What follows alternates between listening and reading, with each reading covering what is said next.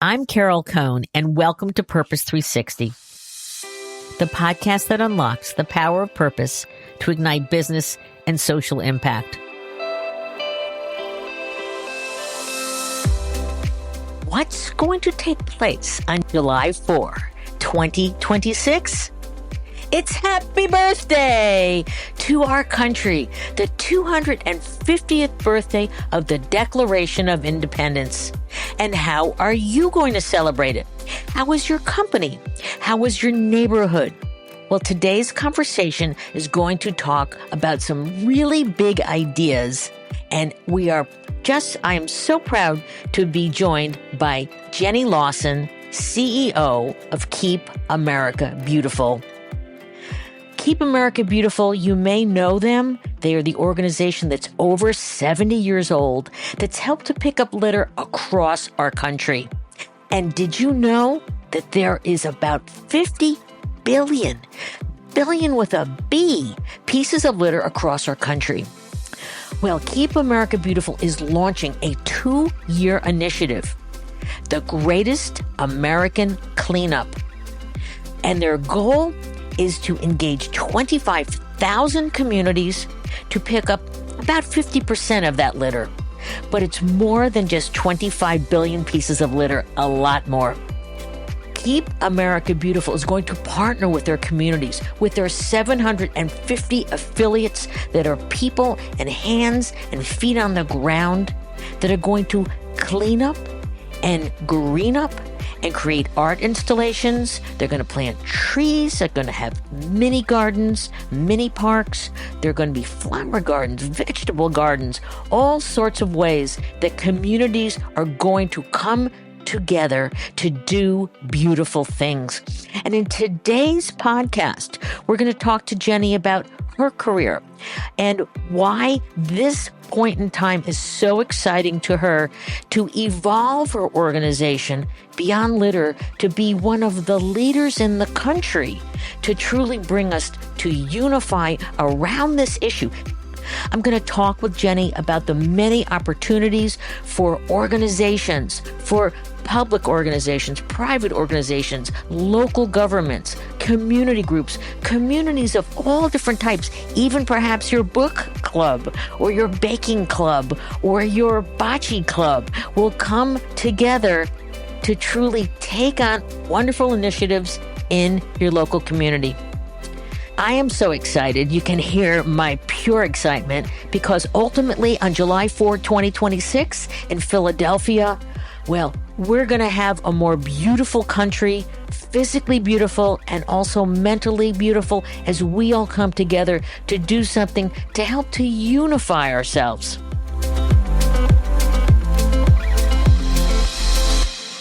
Welcome to the show, Jenny. Carol, thanks so much, and right back at you. Oh, you're sweet. Jenny's been in the field for some years in terms of making the world a better place. So can you share a bit about your background and why do you do the work that you do? It's an interesting question as you and I sort of both sit at the beginning of the CSR movement a little bit. So back in the late 80s and early 90s, I got very involved in affordable housing and community volunteering. And even back in those days, really understood the very important role that companies played in the success of their communities. And it was very grassroots for me at the beginning. And in various roles throughout my early career, that seam of business community support and collaboration really kind of strengthened. And from there, went on to the Nature Conservancy where I was chief of staff. Again, though, that's largely about that intersection of needs in the nonprofit world for change, the role that business can play in supporting that, and the partnership with government when that's possible. And so I built it from there. Was at Points of Light where I led civic engagement. And as you know, that's a global organization focused on volunteering. So when that role at Keep America Beautiful came around, that was the intersection of all of those things, I couldn't say no. And we are glad that you took the job because it's a very exciting initiative in front of us, and we're going to get there in a moment.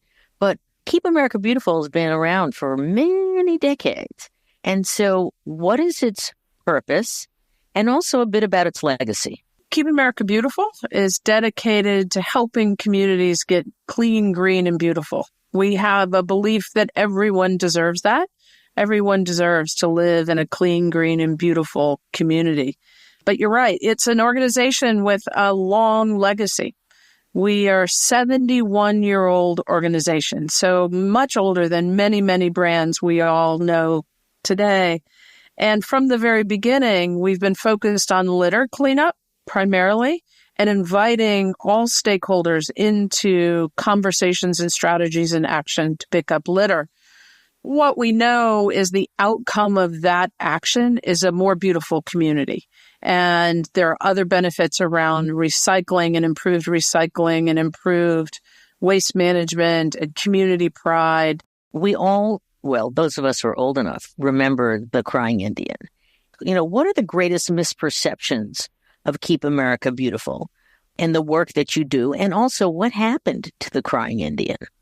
I get asked in cabs all the time about that ad. The first thing that many people over a certain age associate with Keep America Beautiful is the call to action to care about your community represented by that ad. Now, as folks probably know, that ad was made by someone who was not an American Indian, not a Native American in any way, and, bad judgment 50 years ago.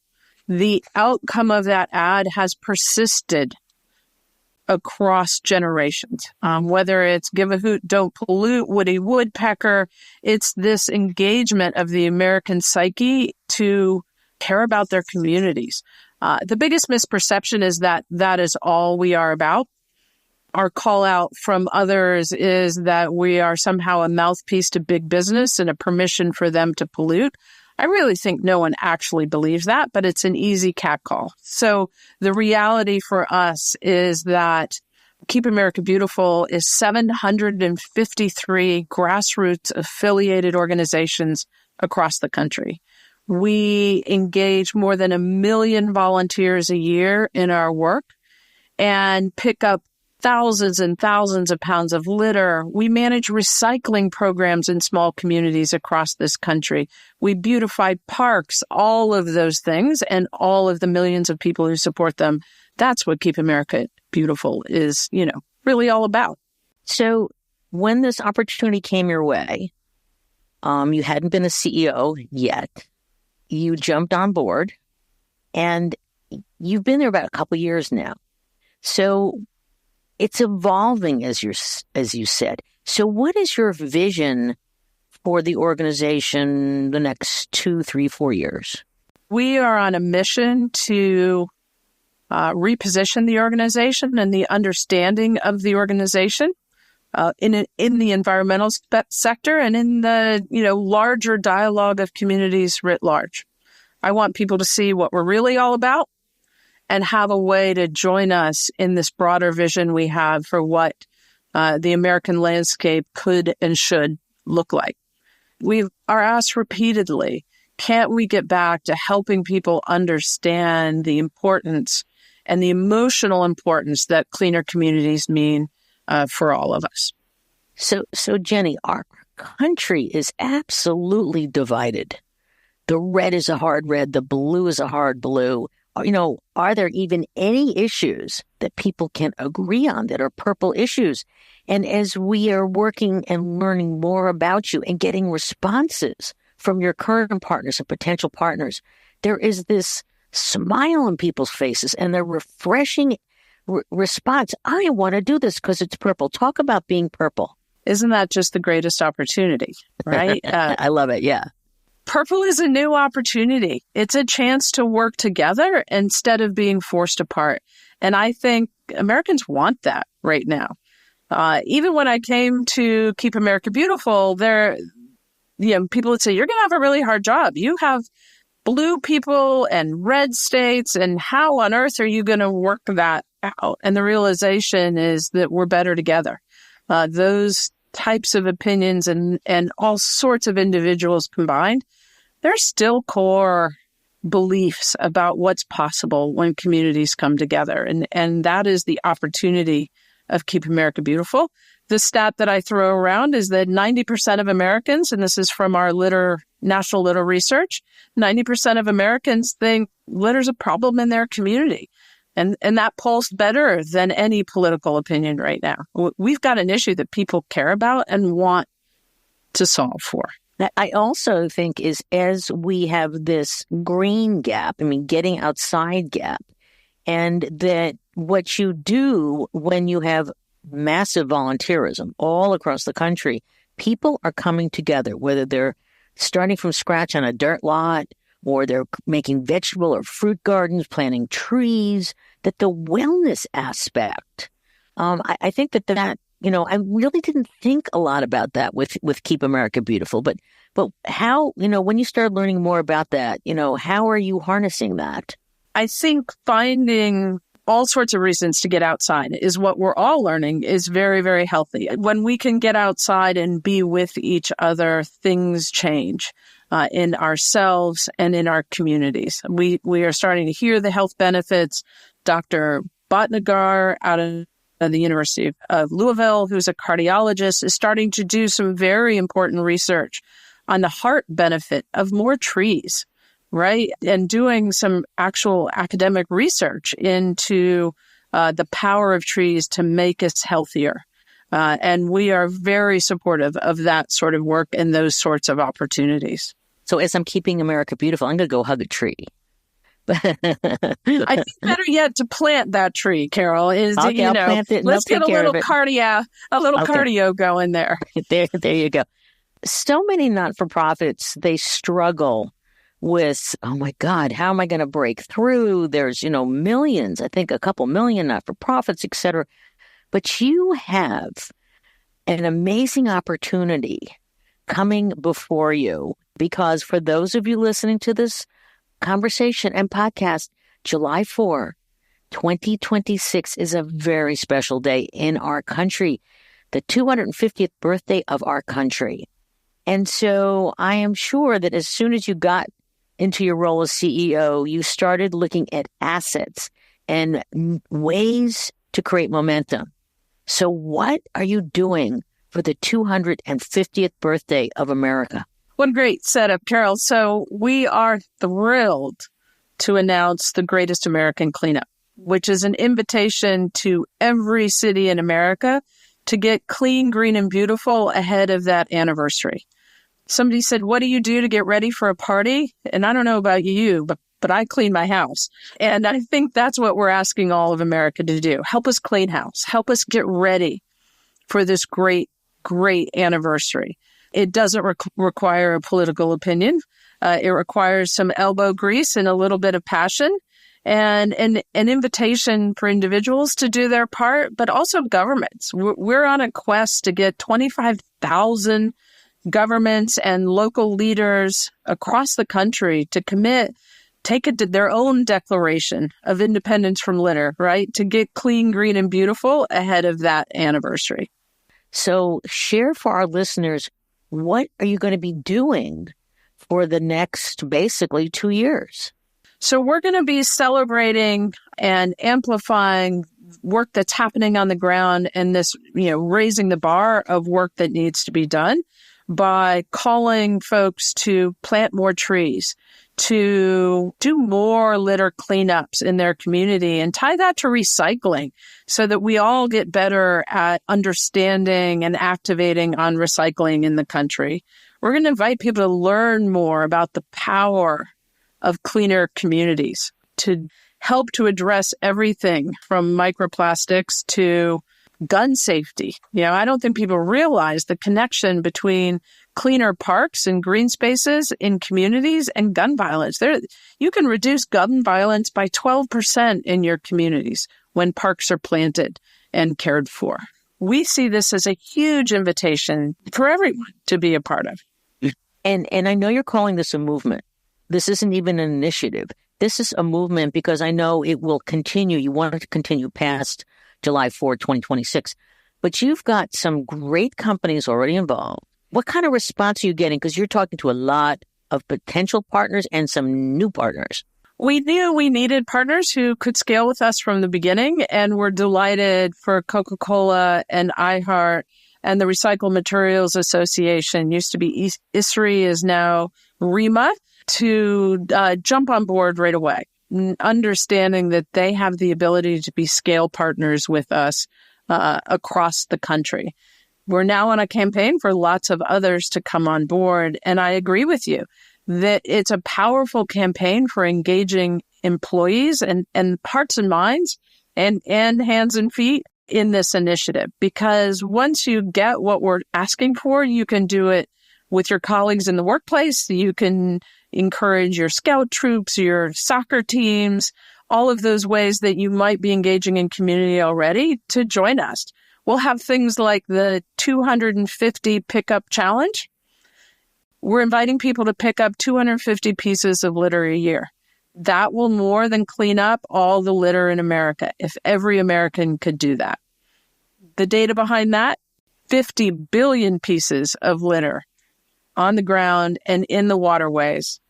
And if people clean that up by picking up 250 pieces of litter a year, they'll get it all. That's fantastic. There's also some very special things that companies can help out with, again, to create healthier and more wellness-oriented communities. And that's doing some of the work in the MLK Corridors. There are more than 900 Martin Luther King boulevards across the United States. Most of them define boundaries of communities that are challenged by historic inequities, environmental justice issues, economic issues. And we are on a mission to provide much needed support to clean and beautify those communities, plant more trees, more public art, more cleanup initiatives that engage the needs and stakeholders in local communities. And we call those our MLK Corridors. We have cleaned up 40 to date, added public art in Flint and Jackson, Mississippi.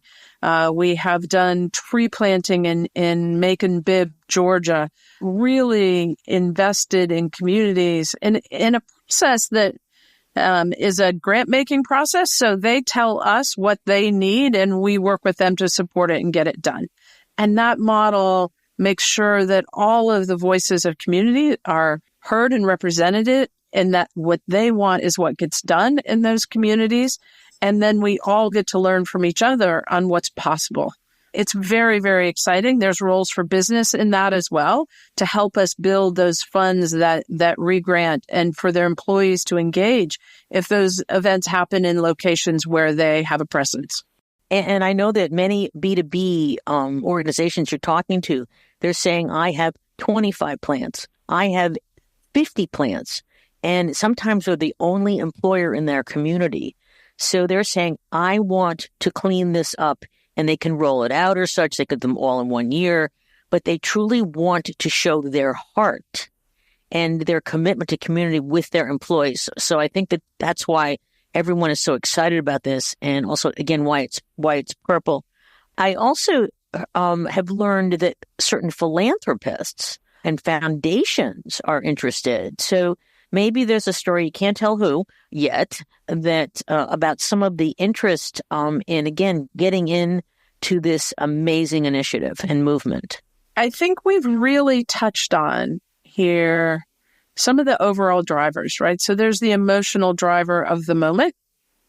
It's a big deal. For those of us who are over 50, the country's 200th birthday was a real landmark in our lives. What all that happened in 1976 was remarkable and exciting and invigorating and uplifting. There were economic drivers. There were social drivers. There were things that happened in communities that brought us all together as a nation. I think that's what's making this exciting.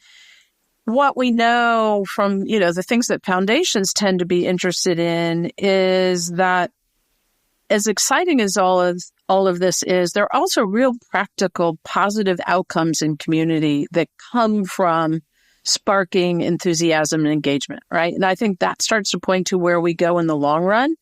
stronger public art programs, stronger commitment from communities to keeping their communities clean translates into more support for programs in government and in community to get that job done. So there's a broader economic driver that really supports the underlying values of the campaign. And boy, do we all just need it too, right? Like, I want to get back to the heart and inspiration. David Brooks and others are writing about the need for things that bring us together. And I think we've got it. I want to turn back to the greatest American cleanup. And, we've been asked by some potential partners, how are you going to keep it relevant over 2 years? So can you share with us your thinking about that? We have to have touch points over 2 years, right? It's really hard. Maybe Bridgerton is the exception, but it's really hard to keep people interested for 2 years at a time. We need to keep it meaningful in communities. And so, we've done some work with you all to come up with this idea of those 250 most beautiful communities, right? Or most innovative communities, all in this space. So how do we recognize excellence in the things that we are caring about as part of this campaign? What does it look like to be the 250 most beautiful communities with barns or with beaches? How do we bring that to life? And we're excited. I think that's a ton of fun. You be a part of our community, take this pledge, and, if you've got a beautiful beach, a beautiful barn that you're taking care of, we want to know about it and celebrate it. And there'll be many opportunities for that in the months ahead. There'll be contests and social things that'll happen pretty quickly on our favorite social media platforms to really get people having fun with this. At the end of the day, we want to deliver all of us together a clean, green, and beautiful America to the steps of Independence Hall. And so it's going to take all sorts of different energy to get that work done. And I know also that you're planning on some expansive thought leadership that you would love to develop with a partner. I know that your team has thought about creating a mascot, and they're going to have a contest with young people, children, to develop that and name it. So that's going to be really fun. And then I also know you're talking to some few celebrities about creating some anthem songs. So that'll be really great. So what's so fun and encouraging and engaging about the greatest American cleanup and the evolution of Keep America Beautiful is that you can come up with almost any idea. And I know that over the next 2 years, as we bring in more partners, we're getting, companies and organizations and brands are going to say, I want to do this. I want to be communities of distinction with, to your point, in art. I think we're also excited to bring Northrop Grumman to the table and their national network of locations and partners, and Niagara Water, who is really leaning into supporting the education work of this campaign across the recycling efforts, starting in Texas and beyond. So you can see that this is companies and brands and organizations of all different sizes. I know you're also going to have a number of not-for-profits that may be joining in, such as Team Rubicon. And what about some others? I think we're looking for exciting and having exciting conversations with some of those big environmental brands. So how do we bring Boys and Girls Clubs to the table? How do we bring Scouts to the table? How do we engage all sorts of organizations, local chambers of commerce, associations like the Council of Mayors? How do we bring organizations to the table? The Freedom Forum comes to mind. Focus on the First Amendment. So we're talking about public art. What does that look like together as we all lean into the greatest American cleanup? This movement is going to just gain more and more and more momentum. And it's now July 5th, 2026. And you have achieved results beyond your wildest dreams. What happened? Everyone saw themselves in the work that they were doing, in the work that we were doing together, and they saw a pathway for keeping going together, right? They understood the value of having conversations with peers in other cities. They understand the power of focusing on this issue across the aisle and in their own community for setting up all sorts of other dialogues about what we do to care about the world that we all live in and the people who live there, especially across the United States. That's a beautiful vision. That is quite a beautiful vision. So as we begin to wind this down, what do you want our listeners to do? There's a couple easy ways to get started. You can get a plastic bag and some gardening gloves or what have you, and stop on your way to pick up some litter. 250 pieces a year. First call to action. Every American, get out there and try and pick up 250 pieces a year. When you do, you can hashtag us at the 250 Pickup Challenge or Keep America Beautiful or Greatest American Cleanup. We'll find you in all of those places and start to tell that national story. The storytelling's the other part. Pass it on. Tell your Panhellenic Association if you're in a sorority or your university environmental club to go out and get involved. If you're a business, look at what it means to engage your employee and what it means to engage your brand in this work, because it's not something you're going to want to be left out of. Making a choice not to engage I would have a little FOMO around that at this point, because everyone's pretty excited and we want them to be engaged.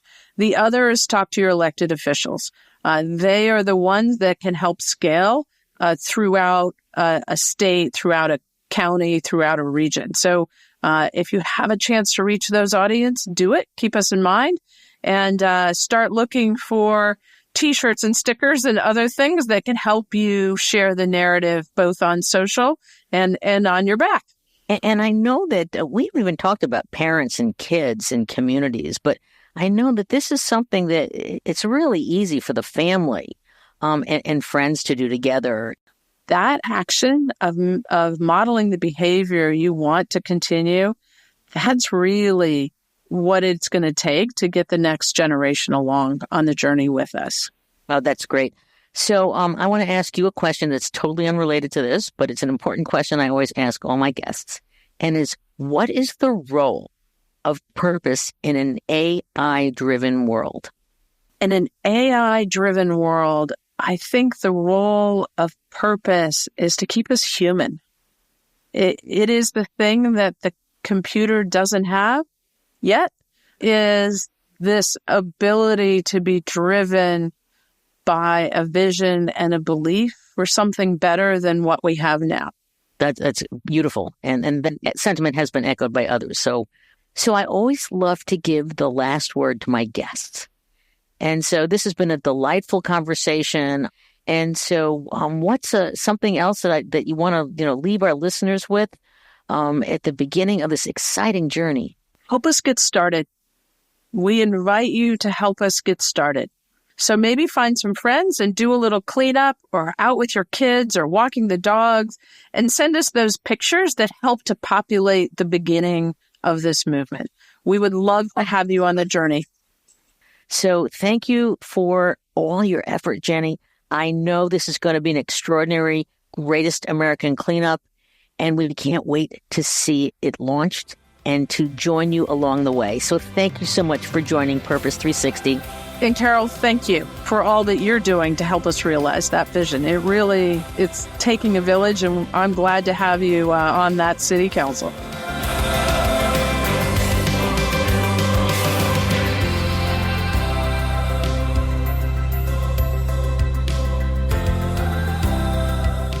This podcast was brought to you by some amazing people, and I'd love to thank them. Ann Hundertmark and Kristen Kenny at Carol Cohn on Purpose, Pete Wright and Andy Nelson, our crack production team at True Story FM, and you, our listener. Please rate and rank us, because we really want to be as high as possible as one of the top business podcasts available, so that we can continue exploring together the importance and the activation of authentic purpose. Thanks so much for listening.